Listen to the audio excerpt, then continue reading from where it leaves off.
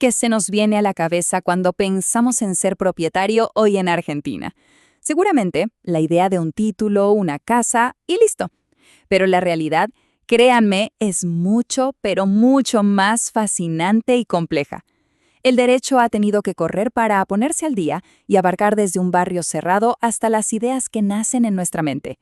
Los invito a que exploremos juntos cómo se ha expandido este concepto de propiedad. Muy bien, este va a ser nuestro recorrido. Primero, vamos a desafiar esa idea tradicional que tenemos de la propiedad. Después, nos metemos de lleno en los conjuntos inmobiliarios y en cómo es la vida en propiedad horizontal. De ahí, damos un salto al mundo intangible de los derechos intelectuales y cerramos con algunas formas de propiedad que son, de verdad, únicas. ¡Arranquemos! Y acá está el punto de partida. Hoy, tener un título de propiedad ya no es el final de la historia, es apenas el comienzo. Las nuevas formas en que vivimos, en que trabajamos, han obligado a la ley a reinventarse, y en el proceso se crearon reglas de juego completamente nuevas que de una forma u otra nos tocan a todos. Pensemos en esta pregunta por un segundo. La respuesta parece obvia, ¿no? Uno diría, claro que sí, tengo la escritura. Pero, ¿es realmente tan simple como parece? Pues la verdad es que no. La ley nos muestra que la propiedad hoy es un concepto muchísimo más profundo. Ser dueño implica un paquete de derechos y, ojo, también de obligaciones que van mucho más allá de tener un juego de llaves en la mano. Y para entenderlo, veamos el primer gran ejemplo de esto, los espacios compartidos.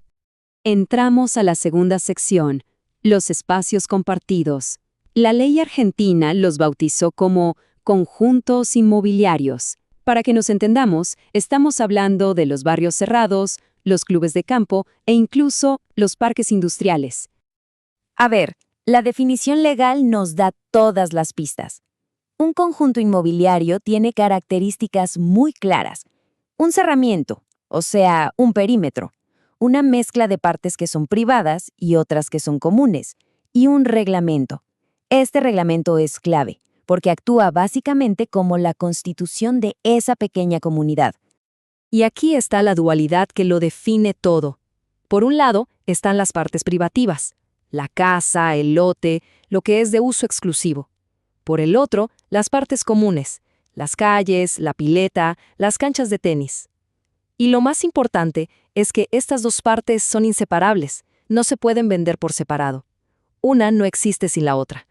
Ahora, ¿qué pasó con todos esos barrios que ya existían antes de que saliera esta ley? Bueno, acá se arma un debate legal interesantísimo. La justicia comercial tiene una postura muy estricta. Dicen, si un barrio no se adapta formalmente al nuevo régimen, no puede usar sus beneficios, como por ejemplo, el proceso súper rápido para cobrarle a quien debe las expensas.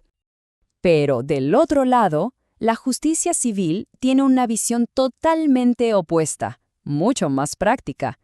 Sostienen que la ley se aplica de forma automática para resolver los problemas del día a día, como asegurarse de que todos paguen los gastos para mantener el hogar.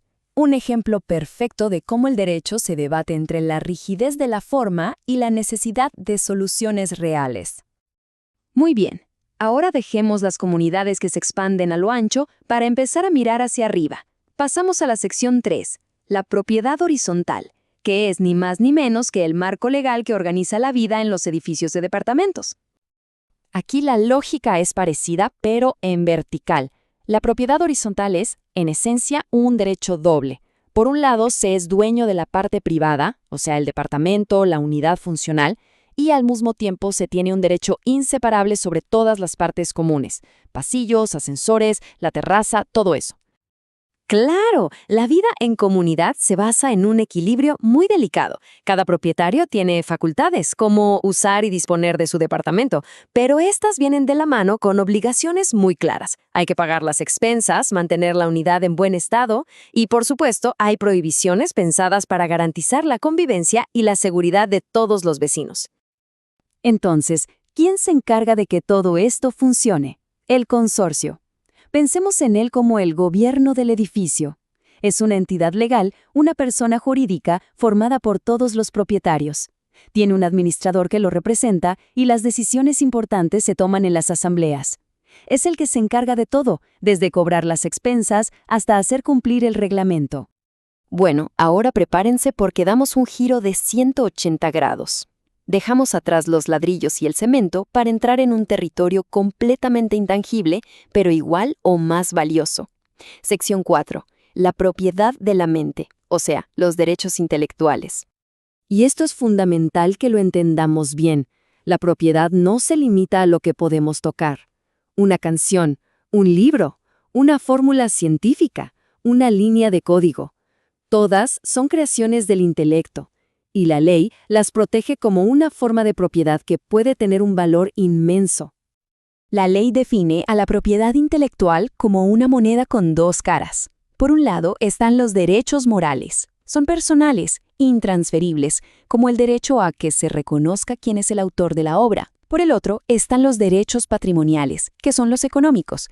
Estos sí se pueden ceder o vender y se refieren a la explotación comercial de esa creación.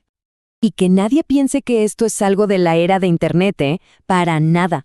La idea de proteger las creaciones tiene una historia larguísima que fue evolucionando desde las primeras patentes que se dieron en el Renacimiento hasta los tratados internacionales súper complejos que nos rigen hoy en día. A todo esto, ¿cuánto dura esta protección?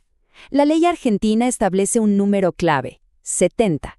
¿70 qué? 70 años. Los derechos económicos sobre una obra duran toda la vida del autor y, después de su muerte, se extienden por 70 años más para sus herederos. Y así llegamos a la última sección, a las fronteras más especializadas de la propiedad. Acabamos a ver algunos derechos reales pero tan particulares que nos muestran hasta dónde puede estirarse este concepto.